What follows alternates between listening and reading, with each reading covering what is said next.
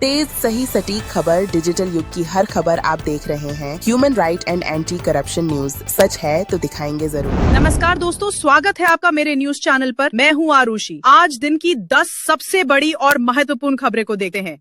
भारत और अमेरिका के बीच व्यापारिक तनाव एक नए स्तर पर पहुंच गया है। आज से भारत से अमेरिका को होने वाले निर्यात पर कुल 50% आयात शुल्क लागू हो गया है। यह निर्णय राष्ट्रपति डोनाल्ड ट्रंप के प्रशासन द्वारा लिया गया है और इसका असर करीब 48.2 अरब डॉलर के भारतीय निर्यात पर होगा। पहले से ही 25% अतिरिक्त टैरिफ लागू था और अब इसमें और 25% की बढ़ोतरी कर दी गई है। इस फैसले से खास तौर पर वस्त्र, परिधान, चमड़ा, फर्नीचर और इंजीनियरिंग उत्पादों जैसे श्रम प्रधान उद्योगों पर गहरा असर पड़ सकता है। भारत सरकार अब वैकल्पिक बाजार खोजने, निर्यातकों को पैकेज देने और इस मुद्दे को WTO में उठाने की दिशा में आगे बढ़ रही है। अमेरिका की सख्ती के बीच भारत अपनी विदेश नीति को संतुलित करने की दिशा में आगे बढ़ रहा है। भारत और चीन के बीच लंबे समय से अटकी सीधी उड़ानों को बहाल करने की बातचीत फिर से शुरू हुई है। इसके अलावा दोनों देशों के बीच व्यापारिक वार्ता भी तेज हुई है। इसी तरह रूस के साथ भारत तेल आयात और रक्षा सहयोग में नई संभावनाएं तलाश रहा है। विशेषज्ञ मानते हैं कि भारत अब एकतरफा निर्भरता से बचकर बहुध्रुवीय कूटनीति अपना रहा है ताकि अमेरिका की टैरिफ नीतियों से उत्पन्न दबाव को कम किया जा सके। भारत की आर्थिक वृद्धि दर अप्रैल-जून 2025 की तिमाही में घटकर 6.7% रह गई है, जबकि पिछले तिमाही में यह 7.4% थी। यह गिरावट निजी निवेश की कमी, वैश्विक मांग में सुस्ती और मैन्युफैक्चरिंग गतिविधियों की कमजोरी के कारण आई है। विशेषज्ञों का कहना है कि यह दर अभी भी दुनिया की प्रमुख अर्थव्यवस्थाओं में सबसे बेहतर है, लेकिन रोजगार और उद्योगों पर इसका असर दिख सकता है। पूरे वर्ष के लिए वृद्धि का अनुमान घटाकर 6.3% कर दिया गया है, जो भारत की आर्थिक चुनौतियों की ओर इशारा करता है। रक्षा मंत्री राजनाथ सिंह ने विशाखापत्तनम में भारतीय नौसेना के लिए 2 आधुनिक स्टेल्थ फ्रिगेट INS उदयगिरि और INS हिमगिरि का जलावतरण किया। इन्हें फ्लोटिंग F-35 का नाम दिया गया है क्योंकि इनकी क्षमताएं आधुनिक तकनीक से लैस हैं। ये दोनों युद्धपोत प्रोजेक्ट 17A नीलगिरी क्लास का हिस्सा हैं और इनमें 75% से अधिक तकनीक और सामग्री स्वदेशी है। इन जहाजों के शामिल होने से भारतीय नौसेना की ताकत में बड़ी बढ़ोतरी होगी और यह चीन की बढ़ती समुद्री गतिविधियों का संतुलन बनाने में सहायक साबित होंगे। जम्मू कश्मीर में हो रही लगातार भारी बारिश ने एक बार फिर लोगों की मुश्किलें बढ़ा दी हैं। कटरा से वैष्णो देवी मंदिर जाने वाले मार्ग पर भूस्खलन की घटना हुई, जिससे यात्रा अस्थायी रूप से रोक दी गई। इस हादसे में कई यात्री फंस गए और प्रशासन ने तुरंत राहत और बचाव कार्य शुरू किया। मौसम विभाग ने अगले 48 घंटों के लिए भारी बारिश का अलर्ट जारी किया है। इसके अलावा जम्मू कठुआ रेलवे सेक्टर में पानी भरने और मलबा गिरने से 22 ट्रेनें रद्द करनी पड़ी हैं। गाजा में पत्रकारों की मौत पर भारत की प्रतिक्रिया। गाजा में इजरायली हवाई हमलों के दौरान कई पत्रकारों की मौत हो गई। भारत ने इस घटना पर गहरा दुख जताते हुए कहा कि पत्रकारों की सुरक्षा अंतर्राष्ट्रीय समुदाय की सामूहिक जिम्मेदारी है। विदेश मंत्रालय ने इस घटना को गंभीर और दुखद बताया और कहा कि युद्ध के दौरान भी पत्रकारों की सुरक्षा सुनिश्चित की जानी चाहिए। यह बयान भारत की उस संतुलित कूटनीति को दर्शाता है जिसमें वह इजरायल और फिलिस्तीन दोनों से रिश्ते बनाए रखना चाहता है। अमेरिकी दबाव में रुपया कमजोर। लगातार 5वें दिन भारतीय रुपया अमेरिकी डॉलर के मुकाबले कमजोर हुआ है। विशेषज्ञों का कहना है कि अमेरिकी टैरिफ लागू होने की आशंका ने विदेशी निवेशकों का भरोसा डगमगा दिया है और उन्होंने भारतीय बाजार से पूंजी निकालनी शुरू कर दी है। इसका सीधा असर आयातित वस्तुओं पर पड़ेगा, खासकर कच्चे तेल और इलेक्ट्रॉनिक सामान पर। इससे महंगाई बढ़ने का खतरा भी है, जो आम जनता की जेब पर बोझ डालेगा। भारत दूसरा सबसे बड़ा इंटरनेट यूजर देश। भारत डिजिटल क्षेत्र में तेजी से आगे बढ़ रहा है। 2025 में भारत में इंटरनेट यूजर की संख्या 80.6 करोड़ पार कर गई है। इस लिहाज से भारत चीन के बाद दुनिया का दूसरा सबसे बड़ा इंटरनेट उपयोग करने वाला देश बन गया है, जबकि अमेरिका तीसरे स्थान पर है। ग्रामीण क्षेत्रों में सस्ते स्मार्टफोन और कम दाम पर डेटा उपलब्ध होने से यह वृद्धि संभव हुई है। इसका फायदा ई-कॉमर्स, ऑनलाइन शिक्षा और डिजिटल पेमेंट सेक्टर को मिलेगा।